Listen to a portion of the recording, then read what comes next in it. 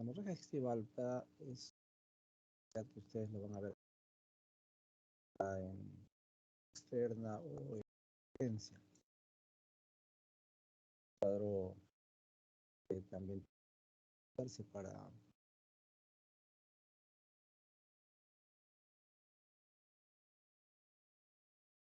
la hemorragia alta es grado procedente de causa que está entre el margen superior y el ángulo de treilla. El ángulo de la lista de entidades que van a producir sangrado, pues son, ya ponemos una lista de la mayoría de ellas. Seropéptica. Doctor, no lo escucho bien. Doctor, disculpe, se está escuchando entrecortado. ¿Ahora? ¿Escucha? Sí, sí se escucha. ¿Se escucha? ¿Se escucha mejor o no? Parece que sí, está un poco mejor. Bien.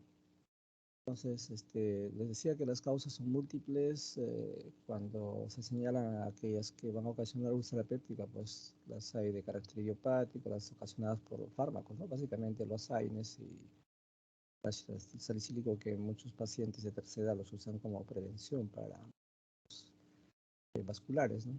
Igualmente, algunas infecciones ya claramente han mostrado su vinculación con la enfermedad ulceropéptica, como es Helicobacter pylori, citomegalovirus, etcétera, ¿no? También existen úlceras de estrés, ¿no? Por estrés, en grandes quemados, en gente con accidentes cerebrovasculares. El estrés es supremo y eso va a generar úlceras, como ya vamos a ver, ¿no? Se llaman úlceras de Curling, úlceras de Cushing, según el caso. El Solling-Relisson, que ya comentamos ayer, es una operación propia del páncreas o el duodeno y que secreta gran cantidad de gastrina, ¿no? Genera úlcera péptica múltiple. Otras causas incluyen la esofagitis, que puede deberse a procesos infecciosos tipo cándida, citomegalovirus, por ejemplo. Fármacos, ¿no? Como el alendronato, que es un bifosfonato que claramente cuando se prescribe este producto hay que participar al paciente de que tiene que tomarlo sentado o de pie, o si lo toma no recostarse, porque este fármaco puede ocasionar una úlcera en el esófago o estómago, ¿no? Sobre todo en el esófago cuando se recuestan. Igual las tetraciclinas, ¿no? Las tetraciclinas, antiguamente se utilizaban pues para una serie de procesos infecciosos, ¿no? De carácter respiratorio, de carácter digestivo, y era un medicamento que no requería receta, pero es altamente inductor de gastritis erosiva y úlcera inclusive, ¿no? Quinidina, por suerte, es un producto que ya no se usa para arritmias cardíacas. De potasio, bueno, tiene usos muy precisos. Entonces, toda esta lista de enfermedades pueden producir esofagitis como evento causante de hemorragia digestiva. Pero también las hay aquellas que dependen de hipertensión portal, ¿no? Como son las varices que se pueden presentar tanto en el esófago como en el estómago, inclusive en el duodeno. Todo esto es parte de lo que se llama gastropatía hipertensiva, ¿no? Igualmente, algunas malformaciones vasculares, ¿no? Los angiomas idiopáticos, por ejemplo, la telangiectasia atáxica de Osty-Weber-Rendu, que hemos mencionado ayer, enfermedad hereditaria, ¿no? La lesión de Dieulafoy, ¿no? El Dieulafoy es la presencia de un vaso de mediano calibre en la submucosa. Es una malformación congénita, ¿no? Y que cuando sangra pues, puede dejar un nicho ulceroso, ¿no? Las ectasias vasculares que no se ven con frecuencia, etcétera, ¿no?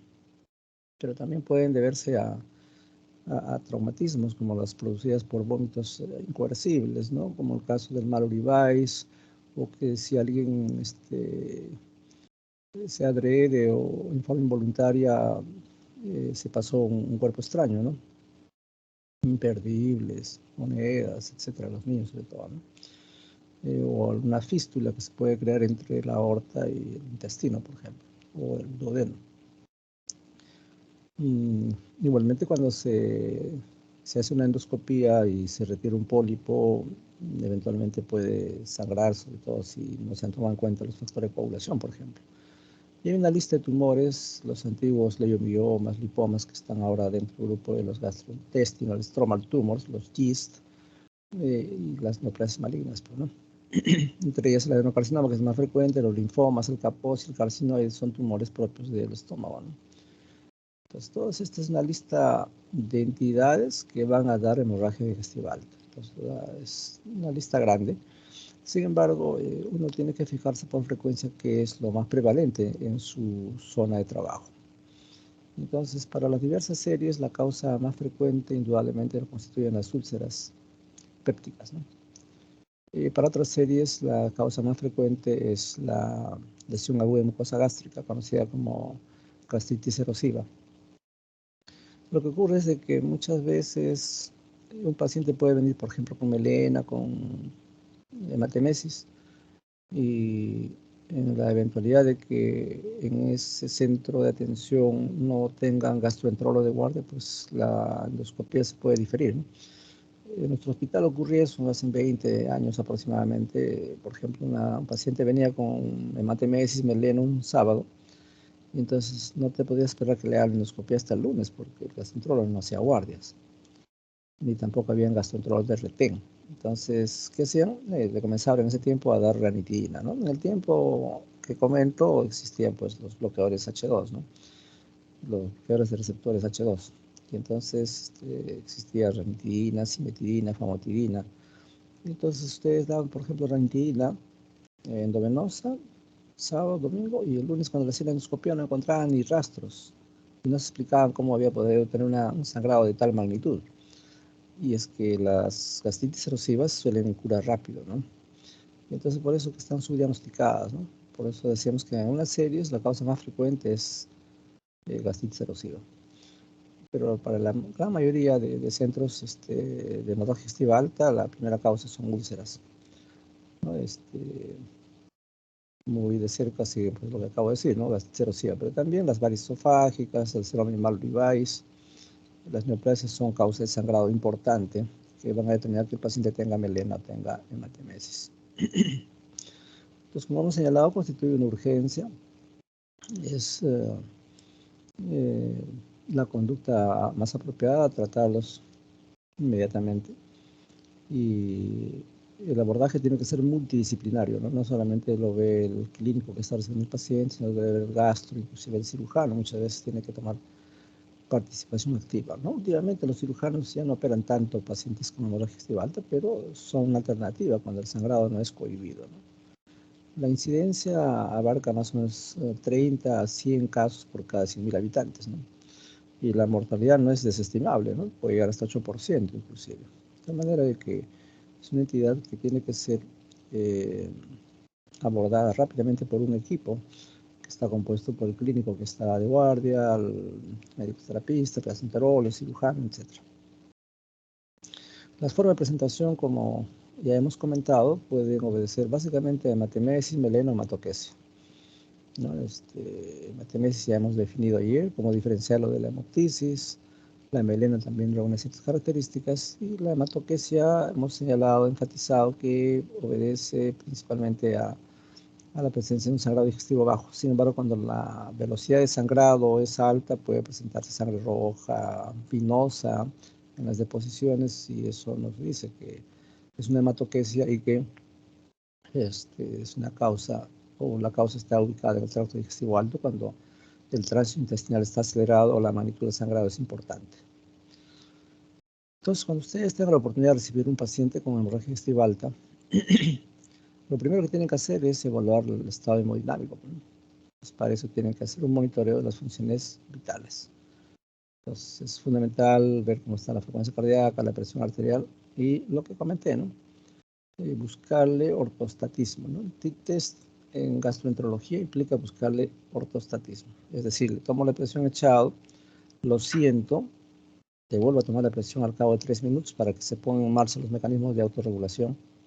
Y una vez que le tomamos la segunda vez la presión arterial, ya en posición sentado, si hay una diferencia de más de 10 milímetros de mercurio o un incremento en la frecuencia cardíaca de más de 20 latidos por minuto, la conclusión es que tiene ortostatismo. ¿Qué significa eso? De que el paciente ha sangrado abundantemente, ¿no? Los rangos van de 300 hasta 1000 centímetros que pueden producir la presencia de ortostatismo. Entonces, eso tiene que figurar en historia. Creo haberles comentado del paciente que llega pues con sangrado alto, melena, hematemesis, le ponen los sueros, quiere los servicios higiénicos, nadie lo asiste y finalmente cuando va por sus propios medios hace un cuadro sincopal y fallece, ¿no? Entonces, otros pacientes que tienen ortostatismo tienen que estar en reposo absoluto, no se pueden mover. Entonces, eso es importante y en la historia tiene que figurar, ¿no? Presión arterial sentado, presión arterial echado, ¿no? ¿Cuánto es la diferencia?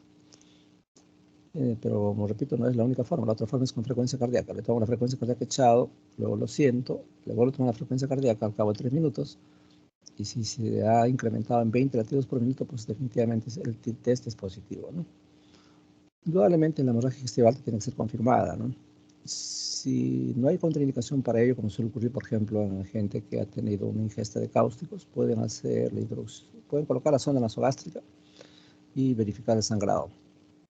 Ahora, hay gente que puede tener sangrado digestivo alto sin que la prueba con sonda nasogástrica sea positiva también, ¿no? Eso es una posibilidad que se puede presentar. Entonces, ni bien ustedes han documentado el sangrado digestivo a nivel alto, tienen que colocar al paciente en IBP, ¿no? En la historia clínica, pues hay que ver qué forma de presentación tuvo, ¿no? Si es episódica, si es reiterativa, desde cuánto tiempo lo presenta, ¿no? No es lo mismo que sangre hoy día 100, 200, que estaba sangrando ya varios días antes. ¿Qué otros síntomas lo acompañan, no? Náuseas, vómitos, disfagia, odinofagia, ¿qué es lo que presenta, no? Y si ha habido historia previa, pues, de ingesta de alcohol, uso de AINES, o es un paciente cardiópata que está en anticoagulación crónica, entonces, por lo tanto, son posibilidades que pueden explicar el sangrado digestivo, ¿no? O de repente tiene algún estigma hepático que nos habla de que el paciente tiene cirrosis. Y entonces eso es un aspecto importante a tenerse en cuenta. Igualmente tener cuidado en aquellos pacientes que son coronarios, porque el sangrado rápidamente puedes compensar y llevarlo a una exacerbación de su infarto. En el examen físico, como hemos dicho, hay que valorar la estabilidad hemodinámica, hay que ver si hay palidez para estimar si hay anemia. Indudablemente no debemos dejar de buscar estigmas hepáticos, entre ellos palmas hepáticas, telangiectasias, arañas vasculares, ginecomastia, alteración del vello pubiano, contractura del pubitreno, etc. Como vamos a ver enseguida en la siguiente clase, cuáles son estigmas hepáticos que nos hagan pensar que el paciente tiene una cirrosis de por medio y que no nos hemos percatado, ¿no? Igualmente hay que hacer el tacto rectal con una prueba de la oxigenada que hemos comentado, que tiene una validez relativa. Los síntomas que acompañan a aquel paciente que presenta hemorragia digestiva alta son los que están listados acá. Probablemente hematemesis y melena son de los más frecuentes, por separado o juntos, ¿no? Pero además puede haber un cuadro presincopal, un síncope. El paciente puede quejarse de dispepsia, de disfagia, pérdida ponderal. Son síntomas que van a acompañar a los síntomas más frecuentes, ¿no? Son hematemesis y melena. Entonces, una vez que ustedes han determinado si está estable desde el punto de vista hemodinámico, pues tienen que hacer un plan de trabajo. Eso incluye hacer lo que se debe pedir en toda emergencia, ¿no? Que son 5 exámenes, ¿no? Hemograma, glucosa, urea, creatina, examen completo de orina y una placa de tórax. A todo paciente, independientemente de la patología que lo está llevando a la emergencia, tienen que pedir eso cuando ya el paciente va a quedarse internado. Obviamente hay que pedir el grupo sanguíneo, hacer pruebas cruzadas para tipificar la sangre, ¿no?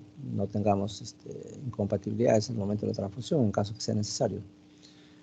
Y hay que indicar, pues, ¿no? Una endoscopia digestiva alta, ¿no? En los centros donde hay posibilidad de filmar, se hace una videoendoscopia digestiva alta, ¿no? La virtud de este examen es que nos permite establecer el diagnóstico, es uno, la utilidad es diagnóstica. La otra es terapéutica, nos permite ofrecer alternativas terapéuticas mediante la endoscopía y nos va a permitir predecir los rangos de mortalidad de acuerdo a la severidad de la hemorragia digestiva. Entonces, tiene triple utilidad practicar una endoscopía precoz, pero esto solo en la eventualidad que el paciente esté estable desde el punto de vista hemodinámico. Entonces, acá tenemos un algoritmo que es útil, ¿no? Pues sospechamos que un paciente tenga hemorragia digestiva alta porque supuestamente viene por melena o hematemesis. Le colocamos una sonda nasogástrica, confirmamos esta sospecha y ni bien se confirma la sospecha y si hay ortostatismo, pues hay que colocarle 2 días por lo menos y pasarle a chorro, hacer los exámenes de laboratorio que he mencionado y colocarle en un inhibidor de bomba de protones. Si ustedes colocan la sonda y no hay evidencia de sangrado, hay que pensar en otras posibilidades, ¿no? De repente varices en la lengua, por ejemplo, como un ejemplo. Ahora, si el paciente está hemodinámicamente estable, podemos hacerle la endoscopía, ¿no? En las primeras 24 horas, pero si no lo está, entonces hay que hacer un proceso de reanimación. Eso implica colocarle suero fisiológico a chorro en ambos brazos y tratar de levantar la presión. Una vez que está estable, pues puede pasar a la unidad de terapia intensiva y practicarle la endoscopía de urgencia, ¿no? Entonces, un poco así es el algoritmo en aquellos pacientes que llegan con hemorragia digestiva. Entonces, lo primero que hay que hacer es confirmar el diagnóstico y luego estabilizar, y si está estable, hacemos la videoendoscopía. Siempre y cuando no haya contraindicación, como digo, la contraindicación más importante es que el paciente sea un paciente coronario, por ejemplo, paciente de 80 años que ya tiene infarto, tiene bypasses, etcétera. Entonces hay que manejarse con cuidado con la endoscopia porque podemos precipitar un reinfarto, ¿no? O gente que está en anticoagulación, por ejemplo, aspirina, y pues ustedes le hacen una endoscopia, es probable que el sangrado pueda incrementarse. Entonces habría que esperar que el efecto de la aspirina se vaya diluyendo. Bien. Entonces, como repito, la endoscopia debe practicarse en las primeras 12 o 24 horas, valorando previamente el estado hemodinámico. Entonces, hecha la endoscopia, estamos en condiciones de decir si el sangrado es por varices esofágicas o es un sangrado en la cual el paciente no tiene varices, ¿no? Si no tiene varices, la chance es de que tenga una úlcera péptica en más del 50% de los casos, ¿no? Pero además hay otras causas, ¿no? Como las neoplasias, Mallory Weiss, la esofagitis erosiva, etc. Y si el paciente se le demuestran varices en el esófago o en el estómago, pues hay un 30% de chance de que el paciente ya tenga cirrosis, ¿no? El grueso de pacientes con hipertensión portal son por cirrosis. Hay otras causas también, indudablemente, hipertensión portal, que no son por cirrosis, pero más o menos un tercio de los pacientes que tienen sangrado variceal es porque ya tienen cirrosis. Y acá la mortalidad es 40%, ¿no? Es una mortalidad bastante alta, ¿no? No sé si conversé con ustedes, pero rápidamente se los refiero para determinar que el sangrado producido por la ruptura de varices esofágicas es realmente cataclísmica. A ver, la historia es la siguiente, ¿no? Creo que eso no se los he contado todavía. Esta es una paciente de 55 años, una doctora de nuestro hospital, muy querida ella, porque, bueno, es muy competente, muy eficaz, es muy humanitaria y muy estimada en el hospital, ¿no? Entonces, ella, hasta el momento en que fallece, no sabíamos, por lo menos un buen grupo de médicos, que sufría de una cirrosis biliar primaria. Es una enfermedad autoinmune en la cual el hígado produce autoanticuerpos, ¿no? El anticuerpo es anticuerpos antimitocondriales. Y en el tiempo, pues, va a evolucionar hacia una gastropatía hipertensiva, hacia la formación de varices. Bueno, ella tenía varices en el esófago, así que lo controlaba otra colega de gastro. Ella comienza a presentar sangrado digestivo alto. Y entonces lo llaman a la colega de gastro y le dice que está con sangrado activo. Entonces le dice si se va a acercar a la clínica o lo van a manejar en el hospital, ¿no? Entonces, como la doctora no puede salir de su guardia en la clínica, le pide que vaya a la clínica porque supuestamente ahí va a estar mejor atendida, ¿no? Se va a la clínica y sigue el sangrado, ¿no? Continuo. En el manejo se puede utilizar una sonda que se llama de Sengstaken-Blakemore. Se escribe Sengstaken-Blakemore. Entonces, esa sonda tiene un balón, ¿no? Colocan la sonda y cuando ya está en el esófago, insuflan el baloncito, entonces se infla como un globito adentro y comprime las varices que están sangrando y cohíbe el sangrado. Los hay aquellas sondas que tienen balón para esófago y hay sondas que tienen balón para estómago, o también combinado, ¿no? Tanto para esófago como estómago al mismo tiempo. Así que el sangrado era tan masivo que le estaban pasando casi en forma continua paquetes globulares, ¿no? Y ya vamos a ver más adelante que cuando un paciente requiere de 4 o 6 unidades de paquete globular y no logra mantener estabilidad hemodinámica, es una candidata a cirugía, pero estos pacientes, su tiempo de protrombina no está bien, no están prolongados, entonces la cirugía tendría una contraindicación relativa. Sin embargo, ante una urgencia tienen que entrar poniendo plasma fresco congelado antes, durante y después de la operación, y con todo el riesgo que implica igual el fallecimiento, ¿no? Bueno, esta autora tuvo el infortunio de que le practica la endoscopía, pero tenía solamente un 16 Blakemore con balón esofágico, y el sangrado era de unas varices que los tenía en el estómago. Llegó a transfundirse 16 unidades de paquetes globulares, que ya de hecho es una politransfundida y eso tiene otras implicancias también. Y no entraba a cirugía por el tiempo de coagulación que no se controlaba bien. El tiempo por trombina en realidad. Bueno, finalmente no se logra estabilidad hemodinámica y el paciente fallece, ¿no? O la paciente fallece. Entonces miren lo dramático que es pasarle 16 unidades, totalmente inusual. Si con 4 o 6 uno ya está súper preocupado por todo lo que implica ser un gran politransfundido, con 16, pues realmente ya es luchar contra la muerte, ¿no? Y finalmente falleció. Entonces, ¿qué quiero decir con esto? Que la mortalidad no es desestimable. Mire, mi hospital 3A, clínica, y aún así la mortalidad es alta, ¿no? Entonces, hay que tomar precauciones, gente con varices esofágicas, hay que ir monitorizando lo que su gastro lo vaya ligando cada cierto tiempo, de acuerdo a la clasificación, ¿no? Una clasificación para esófago, para varices esofágicas de Los Ángeles, ¿no? Los divide en 4 grupos y entonces, de acuerdo a eso, hay que ir ligando las varices, ¿no? Bueno, entonces les cuento esto para evaluar la mortalidad de tus pacientes. Cuando ustedes hacen una endoscopía, o por lo menos indican al gastro que le practica la endoscopía en un paciente que ya está estable, desde el punto de vista hemodinámico, entonces existe lo que se llama la clasificación de Forrest, ¿no? ¿Qué es esta? Es una clasificación endoscópica, permite predecir el resangrado y estimar la mortalidad. Entonces van a encontrar 3 categorías, ¿no? Gente que está sangrando activamente en este momento, gente que ha tenido un sangrado reciente y gente que ya no sangra. En el primer contexto, el Forrest puede ser 1A o 1B. Es 1A cuando presenta una arteria pues, que está sangrando a chorro, ¿no? Entonces eso es un Forrest 1A. También existe el Forrest 1B, en la cual no se ve el chorro de sangre, pero está sangrando en forma que le llaman en capa o en napa, ¿no? Lo que le llaman sangrado babeante. Ambas tienen chance de resangrar importantemente. Indudablemente el 1A, pues su chance de resangrar es 90%. Y el 1B, la chance llega hasta 30%.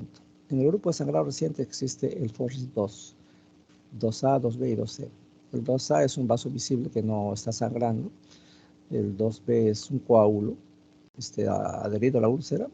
Y el 3C es un fondo ulceroso con características hemáticas, ¿no? Indudablemente el resangrado va disminuyendo. Y un Forrest 3, aquel paciente que tiene una lesión limpia, sin estigmas, y su posibilidad de resangrado es mínima. Entonces, acá mostramos algunas imágenes endoscópicas. El 1, como ven, es un sangrado, miren el chorro que se produce, ¿no? Como un chisguete. Sale con cada latido, ¿no? Y entonces este sangrado pues es importante, esto pone en riesgo la vida, indudablemente, ¿no? Entonces acá hay que actuar rápidamente, ese es el 1A. Luego tenemos el 1B, en la cual se aprecia un sangrado en capa, en napa, un sangrado babeante que le llaman, ¿no? Acá la flechita lo muestra. También es importante porque este sangrado va a hacer que el paciente rápidamente baje su hemoglobina. Luego tenemos el 2A. Y en el 2A lo que ustedes están viendo es un vaso visible que es marcado por la flecha, pero que no está sangrando, que ha tenido un sangrado previo, pero que en este momento no está sangrando, ¿no? Es el 2A. En el 2B noten la presencia del coágulo, ¿no? Que está adherido a la úlcera. Acá. ¿No? En el 2C lo que se aprecia es una mácula plana, ¿no? Entonces el 2C, el Forrest 2C. Luego viene el 3, que evidentemente es un fondo limpio, el paciente ya no está sangrando activamente, ¿no? Entonces, esta escala permite, entre otras cosas, primero hacer un diagnóstico, segundo establecer el pronóstico, puesto que la mortalidad no es desestimable, ¿no? Los casos activos de sangrado activo pueden llegar a una mortalidad hasta del 80%, como ocurrió con la paciente que acabo de contarles, ¿no? Los rangos son pues cuando hay un 1A, 1B, entre 67 y 95%. ¿no? Cuando es un vaso visible, un 2A, la recidiva es de 22 a 55%. Y así permite establecer qué tanto van a desangrar y cuál va a ser la mortalidad, ¿no? Porque la mortalidad se evalúa en los siguientes términos, ¿no? Los que tienen sangrado activo, su mortalidad alcanza 11%. Esto para referirnos a úlcera péptica, ¿no? Obviamente la paciente falleció por varices sangrantes. Cuando el sangrado es reciente, la mortalidad puede ser 11, 7 o 3%, dependiendo si es 2A, 2B o 3. ¿Ya? Y si no hay signos de hemorragia activa ni reciente, es un FORES 3, acá la mortalidad es 2%. Entonces, compara la mortalidad de gente que está con sangrado activo, realmente es importante. De ahí que la endoscopía va a ser pronóstica también, ¿no? Entonces, al familiar hay que explicarle, ¿no? Que está delicado, el riesgo de mortalidad es tanto, ¿no? Un FORES tanto. Entonces, ¿de qué va a depender eso? Mucho de la edad, ¿no? Cuanto más avanzado tenga en años el paciente, su riesgo de mortalidad se incrementa. Porque, bueno, hacen más tendencia a falla multiorgánica y eso puede terminar la muerte. A veces hacen insuficiencia renal, insuficiencia respiratoria, etc. O tiene una comorbilidad grave, de repente es un paciente coronario, es un paciente con terapia inmunosupresora, por ejemplo, ¿no? O es un paciente que ya previamente tenía anemia y encima hace hipovolemia, pues la consecuencia es shock hipovolémico que muchas veces no responde a los fluidos, ¿no? Entonces, a los paquetes globulares inclusive. Y si el paciente tiene un FORES 1, pues el riesgo de sangrado es altísimo, ¿no? De tal manera que eso puede estimarse en términos de magnitud de la úlcera, ¿no? Cuando las úlceras son más allá de 1 centímetro de diámetro, pues el resangrado va a establecer un mal pronóstico, ¿no? Y en general, a todos los pacientes que tengan FORES 1A, 1B o 2A, informar a la familia, ¿no? Que están delicados y que puede volver a desangrar y eso determinar mortalidad. Entonces, como ya hemos dicho, desde el punto de vista de tratamiento, hay que reanimar rápidamente al paciente, dentro de las 24 horas practicar la endoscopía y comenzar el tratamiento farmacológico, ¿no? Cuando no hay respuesta, se impone el tratamiento quirúrgico previo estudio angiográfico. ¿Qué se hace cuando hay disponibilidad? No siempre está disponible en la mayoría de centros. Entonces, como repito, hay que hacer la endoscopía entre las 2 y 24 horas, pero siempre y cuando el paciente ya esté hemodinámicamente estable. La sensibilidad y especificidad alcanza alrededor del 95%. Y desde el punto de vista terapéutico puede hacer hemostasia con el endoscopio hasta un 85% de los casos, ¿no? Y gente que presenta un resangrado que alcanza más o menos el 20%, tenemos que hacer una segunda endoscopía. Entonces, esa es la forma como debemos abordar al paciente con el sangrado. ¿Y qué es lo que se hace cuando ya estás con la endoscopía dentro del estómago? Pues se puede infundir adrenalina, ¿no? La adrenalina tiene la capacidad vasoconstrictora o inclusive etanol. Eso produce vasoconstricción y deja de sangrar. En nuestro hospital lo que más utilizan es el polidocanol, ¿no? Que es un fármaco que cohíbe el sangrado. También se dispone de argón láser, que es una terapia térmica. Y con eso la hemostasia se alcanza en 98% de los casos, ¿no? Entonces, lo más usados en nuestro hospital es polidocanol y hemostasia con argón láser. Si el paciente presenta un sangrado variceal, pues la terapia tiene que ser con ligadura, ¿no? A través de endoscopía. Cuando el sangrado es masivo, indudablemente ya no cabe eso, ¿no? Lo que hay que hacer es pues, colocar la sonda 6 Blake, como que estábamos comentando, ¿no? En la segunda endoscopía hay que evaluar los estigmas del resangrado, sobre todo si es un FORES 1A, 1B o 2A, ¿no? Muchas veces el procedimiento va a resultar insatisfactorio, ¿no? El paciente sigue sangrando, pero podemos ofrecer la posibilidad de usar pues, los productos que he comentado para tratar de cohibir el sangrado, ¿no? Porque de lo contrario el paciente va a tener que ir a cirugía. Así que esa es la conducta. Del punto de vista médico, el tratamiento médico, porque el tratamiento se divide en dos grupos, ¿no? Tratamiento médico y tratamiento quirúrgico. El tratamiento médico es dejarle un inhibidor de bomba de protones. En el mercado hay varios, omeprazol, pantoprazol, esomeprazol. Indudablemente tiene que ser por vía endovenosa, pero esto no detiene la hemorragia, ¿no? Es simplemente para evitar que se produzca un resangrado y la mortalidad se incremente. Lo que va a reducir importantemente la carga de ácido, ¿no? Y por consiguiente puede disminuir la chance de que resangre. Pero per se no cohiben el sangrado. Y una opción es cirugía. Bueno, si el paciente no logra estabilidad hemodinámica o ha resangrado luego de 2 endoscopías, le han hecho 2 endoscopías y sigue resangrando, o está requiriendo transfusiones de sangre, más de 6 paquetes, ¿no?, de glóbulos rojos en 24 horas, ese es el paciente candidato a cirugía, porque ya no va a mantener estabilidad hemodinámica.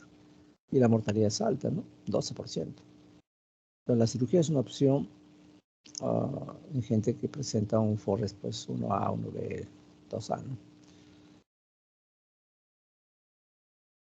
Cuando ya se decidió entrar a operar, lo que hacen usualmente es una gastrectomía subtotal, ¿no?, con vagotomía troncular o una vagotomía selectiva.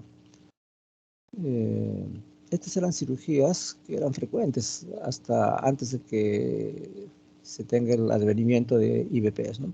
Los IVPs han cambiado dramáticamente esto, ¿no? Los cirujanos literalmente casi ya no operan gente con sangrado digestivo alto. Antes había una serie de operaciones, ¿no? Habían gastrectomías totales, subtotales, justamente cirugías con vagotomía troncular o selectiva, ¿no? Y el cirujano a cada rato operaba, pero ahora ya con los IVPs ha disminuido notablemente esto. Entonces, el algoritmo sería confirmar la hemorragia digestiva por videoendoscopía, si que no lo han hecho con sonda nasogástrica. Las lesiones de alto riesgo son los Forrest 1A, 2B y 2A. Hay que evaluar si la endoscopía ha sido eficaz, dejarle IVP por lo menos 72 horas para evitar la recidiva. Y si se logra eficacia, pues hay que continuar con el IVP ya por vía oral, ¿no? Ahora, si la lesión no es de alto riesgo, podemos dejarle dieta, un IVP por vía oral y alta precoz. Pero de hecho que previamente hay que evaluar pues que no tenga ortostatismo, como ya hemos dicho, ¿no? Y si el paciente resulta que le han hecho una endoscopía por segunda oportunidad y no se logra cohibir el sangrado, sigue sangrando, entonces se impone cirugía. En ocasiones también se puede hacer embolización de la arteria, ¿no? Pero hay que tener un equipo de hemodinamia, de intervencionismo que la mayoría de hospitales, por lo menos en el MINSA, no lo tienen. Entonces, por lo tanto, es una opción que solo en el papel está escrito, ¿no? Les iba a hablar de úlcera péptica, pero hay como un capítulo, pero en realidad hay un seminario que ustedes van a hacer. Entonces, eso lo vamos a obviar y más bien vamos a pasar a lo que es la posibilidad de hablarles de neoplasias, cáncer gástrico. Cáncer gástrico también va a desarrollarlo, pero básicamente el énfasis es en que es una enfermedad pues que es relativamente frecuente, es el segundo causante de neoplasias en tracto digestivo. De hecho que es más frecuente en los varones, con una proporción de 2:1 respecto a las mujeres, y la mayor tasa de incidencia se aprecia entre los 50 y 60 años, ¿no? Japón es el país donde más incidencia de cáncer gástrico se ve, y la gran mayoría de cánceres de estómago son por adenocarcinoma. También hemos dicho que existen carcinoides, linfoma MALT, etcétera, otros tumores, ¿no? La etiología es multifactorial.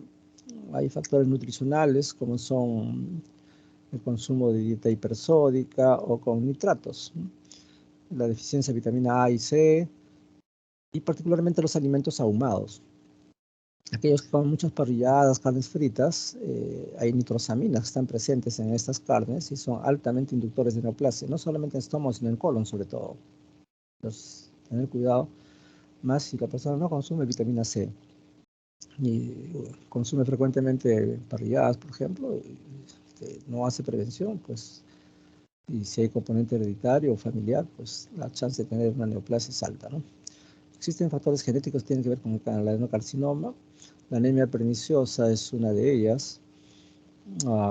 Suele asociarse a cáncer de estómago. Los que tienen grupo sanguíneo A, que ya hemos mencionado, o si hay historia familiar de cáncer gástrico, ¿no? Hay lesiones que la preceden. La gastritis atrófica que hemos señalado ayer, en el tiempo va a sufrir transformación a metaplasia, displasia y cáncer, ¿no? Cuando es un paciente portador de múltiples pólipos, su chance de hacer neoplasia en el tiempo es real. O cuando tiene una redundancia en los pliegues gástricos, la enfermedad de Menetrier también es un factor predisponente para hacer cáncer de estómago, en su versión adenocarcinoma. Ni qué decir el tabaco. El tabaco no solamente se ve implicado en neoplasia de pulmón, ¿no? Puede ser el causante de neoplasia de esófago, de estómago, de colon, entonces, y de páncreas, ¿no? Entonces, esos son órganos que establecen una vinculación con los más de 200 sustancias que hay en el tabaco, ¿no? Y algunas de ellas son con potencial carcinogenético. Otro concepto que ha marcado un cambio en la percepción de las neoplasias, sobre todo los linfoma malte, es la presencia del Helicobacter. El Helicobacter, cuando no es tratado adecuadamente, en el curso de 5 o 10 años puede ocasionar linfoma malte. La buena noticia es que el linfoma malte es reversible, ¿no? O sea, se puede tratar con la cobertura para el Helicobacter y puede regresionar, ¿no? Y la cirugía gástrica previa que también constituye un riesgo para hacer cáncer de estómago, ¿no? Clínicamente se puede presentar, de acuerdo a lo que ayer preguntaron, el cáncer gástrico o temprano o precoz, early CA, puede cursar con dispepsia, un dolor cólico medio difuso, anemia, vómitos. Entonces, en ese contexto uno puede pensar pues, que es una dispepsia, una gastritis, ¿no? Y nada de eso, lo que es un cáncer gástrico. Ya cuando hay evidencia de pérdida de peso, 5 o 6 kilos, recién uno pone las alertas y sospecha esta posibilidad. Y el cáncer gástrico avanzado, donde el infiltrado llega a la muscular propia, pero de hecho cuando ya alcanzó la condición de grado 4, clasificación de Borman, ya pasó a las 4 capas, ¿no? Acá indudablemente el paciente pierde rápidamente el peso, hay una variación ponderal importante, puede presentarse con hemorragia digestiva alta, con síndrome pilórico, paciente que retiene alimentos de todo un día, hasta inclusive un día previo, y es un vómito posfétido, ¿no? Y pueden palpar el tumor, ¿no? Y ya cuando existe ascitis, pues significa que el cáncer ha traspasado a las 4 capas, de lo que se llama la linitis plástica, en la cual cuando ustedes hacen endoscopía inyectan un poquito de aire, un poquito de agua, el estómago ante el impulso, por ejemplo, del chorro de agua, se mueve como una ola, ¿no? Acá está rígido, es como una bota de cuero, es un cuero rígido cuando ya se ha atravesado por las cuatro capas, por la neoplasia. Y si ocurrió eso y ya infiltró el peritoneo, se llama carcinomatosis. Entonces, la carcinomatosis es un cáncer totalmente diseminado. Se ven gránulos de mijo en el peritoneo muy similares a tuberculosis, a una amilia tuberculosa. Y cuando ya tienen ascitis, ustedes pueden pedir en el líquido acítico Papa Nicolau o Bloxel, bloque celular. Se centrifuga el líquido y el sobrenadante se coloca en parafina y se hacen cortes y se constituye un estudio histológico. En cambio, el Papa Nicolau es un estudio citológico. Ambos muestran células neoplásicas y ambos nos van a decir que ya es un cáncer avanzado, puesto que ya existe presencia de la neoplasia en el líquido ascítico, ¿no? Entonces, ¿qué método de estudio tenemos con el paciente con sospecha de cáncer gástrico? Pues indudablemente es la videoendoscopía, ¿no? Pero eventualmente el diagnóstico se hace tardíamente, ¿no? Porque la gran mayoría de veces nuestros pacientes pues no acuden al centro hospitalario requerido, ¿no? Los sistemas de salud son muy deficientes. El ejemplo clásico es aquel paciente que tiene Helicobacter pylori. En sentido estricto, el hecho de que uno tenga Helicobacter pylori no autoriza a recibir tratamiento. ¿Por qué? Porque la conferencia de Maastricht, hecha el año 90, ha habido varias conferencias, pero una de las más recientes señalan que el tratamiento para los pacientes que tienen Helicobacter es solo si que el paciente reúne algunos de estos requisitos, ¿no? Entonces, ¿cuándo debemos utilizar inhibidor de bomba de protones? Uno, cuando hay una esofagitis reflujo. La esofagitis reflujo es una situación que se asocia al Helicobacter pylori y consiguientemente esa es una indicación. Después se debe dar tratamiento cuando hay úlcera péptica, como IBPs, ¿no? 3, cuando hay Soliger-Ellison, ¿no? Entonces, úlcera péptica, linfoma mal, gastritis por reflujo gastroesofágico. Son indicaciones bien establecidas para el Helicobacter, ¿no? Sin embargo, en nuestro medio, pues, alguien tiene un cuadro de dispepsia y una precoz, acude a la farmacia y le prescriben, le indican inhibidor de bomba de protones. De tal manera que el paciente le va bien y posteriormente cada vez que siente las molestias va a la farmacia y le dan sus blisters para todo el mes y finalmente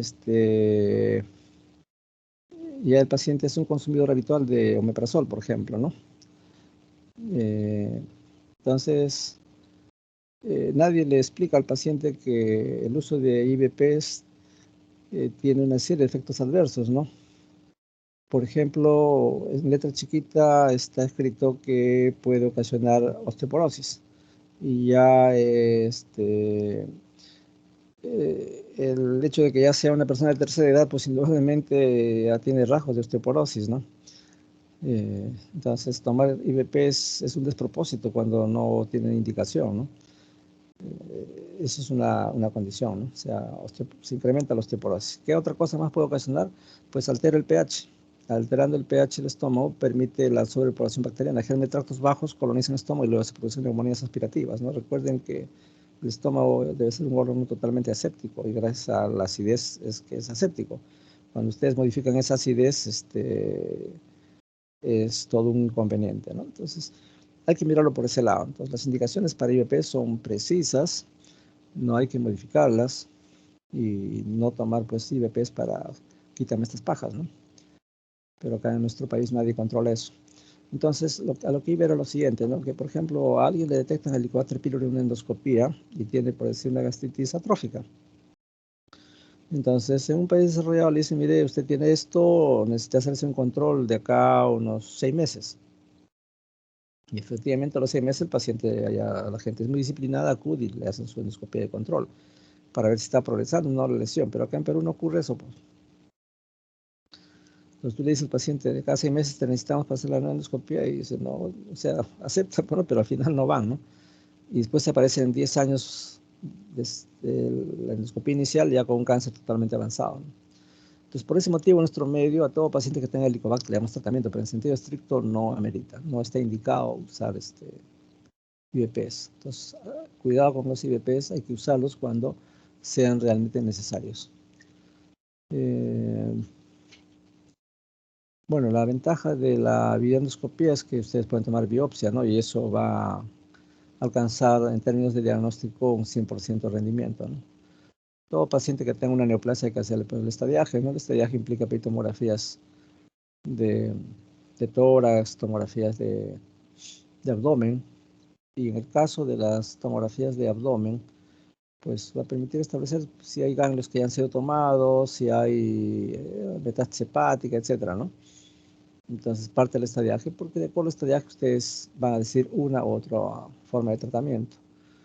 La econdoscopia es otro examen que permite una aproximación más cercana, ¿no? Al tumor gástrico o las metástasis que puedan haber, ¿no?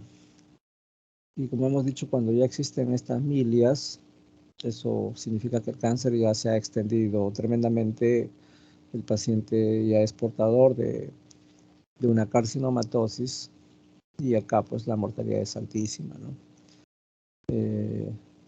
Muchos pacientes se les practica la laparoscopía para tomar una biopsia de peritoneo y, oh sorpresa, entran y se encuentran con todo esto. A veces entran con toda la intención de operar, ¿no? Porque supuestamente no hay metástasis, por lo menos grosera, en hígado, en huesos, en ganglios, con tomografía, y sin embargo abren la cavidad abdominal y se encuentran con estos hallazgos, el peritoneo, lo cual, así como entraron, cierran porque ya no hay nada que hacer, no hay una metástasis muy extendida.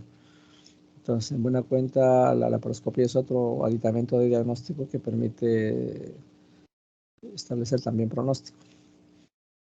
Cuando es un cáncer incipiente, pues se impone el tratamiento quirúrgico, ¿no? Y esto tiene fines curativos, ¿no? Si se reseca totalmente el tumor y se hace un vaciamiento ganglionar importante, el éxito puede acompañar a esta cirugía, ¿no? En ocasiones se hace una cirugía paliativa, ¿no? Cuando hay hemorragias o suboclusiones, por ejemplo. Entonces, ahora la sobrevida con el tratamiento en base a quimioterapia no es satisfactoria, ¿no? El tratamiento de elección, indudablemente, en cáncer gástrico es cirugía. Y la sobrevida, pues, va a depender de a qué nivel se encuentra, ¿no? Si es un cáncer temprano donde hay compromiso de mucosa, mire, la sobrevida alcanza un 92-99%. Pero si ya comprometió las serosas, la mortalidad o la sobrevida es 15%, ¿no? Entonces va a depender de qué tan extendido sea el cáncer. Otro capítulo importante en neurología digestiva es la presencia de cuerpos extraños, ¿no? Niños pequeños pueden haberse pasado objetos, ¿no? Como digo, imperdibles, alfileres, monedas, ¿no? Entonces hay que hacer la endoscopía y retirar por endoscopía, ¿no? A veces se atascan en el píloro, ¿no? Porque es un poquito más estrecho eso. O en la válvula ileocecal también, ¿no? Condicionando una obstrucción, ¿no? Cuando son más de 6 centímetros el tamaño del objeto, pues definitivamente eso no va a pasar, no va a llegar al ano, ¿no? Entonces hay que entrar a operar. Si está todavía accesible, con endoscopía lo pueden retirar. El besuar es otra entidad que puede producir sangrado digestivo, pero no es tan frecuente, ¿no? Ahí les comenté de la gente que se come sus cabellos, se llama tricobesuar, fitobesuar, los alimentos que no son nutritivos, las pepas de los nísperos, por ejemplo, ¿no? Son gente con componente psiquiátrico, pueden producir obstrucción y por endoscopía pueden retirar las bolas de pelo, pero cuando ya son muy grandes hay que operar, obviamente, no se disuelve eso, ¿no? Entonces, muy bien, eso era lo que queremos transmitirles. No sé si tengan una pregunta respecto de hemorragia digestiva alta.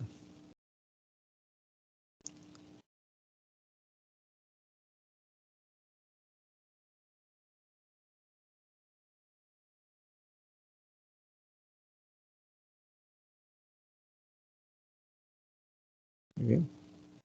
Entonces, si no hay preguntas, continuamos con la siguiente charla. Entre tanto, nos tomamos un reposo de 2-3 minutos para aliviar la garganta. Pueden relajarse unos 3 a 5 minutos. Ok, doctor. Gracias, doctora.